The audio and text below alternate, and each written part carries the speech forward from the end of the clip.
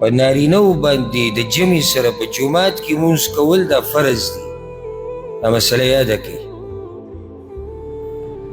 او په کور کې مونځ کول بې عذره دا ګناه کبیره ده، وړه ګناه نه ده، ګناه کبیره ده.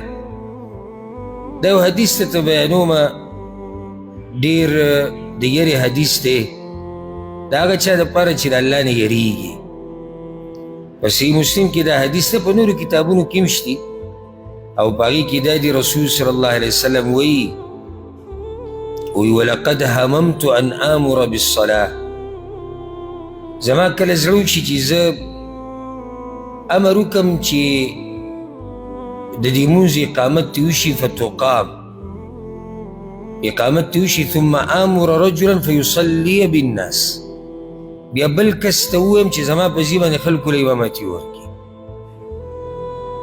ثم انطلق معي برجال معهم حزم من حطب، او بیا ځان سره څه کسان بوزم چې د هغوی سره ګیډي د لرګو، الى قوم لا يشهدون الصلاة، په هغه خلکو پسې کورونو ته لاړ شم، په هغه نارینهو پسې چې په کورونو کې ناست او مانځنه نه راسي، فاحرق عليهم بيوتهم بالنار، او زړه مې غواړي چې د دوی دې کورونو ته اور واچوم او دوی وسېزم.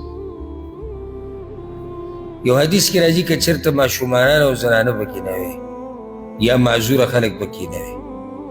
اوس هغه رحمدله انسان ته سوچ کوئ، هغه رحمدله انسان چې الله رب العزت هغه د شفقت او مهربانۍ خبره په قرآن کې کړې ده، هغه چې دومره سخته خبره کوي، نو دا به یو د داسې مسلې په باره کې کوي چې هغه به مستحب یا به سنتي، یعنی جمع کې مونځ کول مستحب شو، هسې به ووایو زه آیا په مستحب کې دومره سختي کیدی شي چې کور ولسیږي؟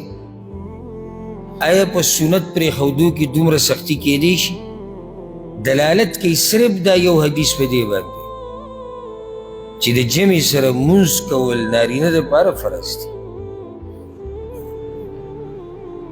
او پرېښودی ګناه کبیره ده. دا دې حدیث نه معلومه شو. ولې موږ دا مسله ذکر کړې وه که تاسو ته یاد وي، هر هغه خبره، هغه ګناه چې په هغې باندې د شریعت د طرف نه دمکي میلاو شوي، د عذاب، د لعنت، د الله د غضب، دا قسمه دمکیانې چې پرې راغلي که نه، نو دا ګناه بیا وړه ګناه نه، دا ګټه ګناه ده.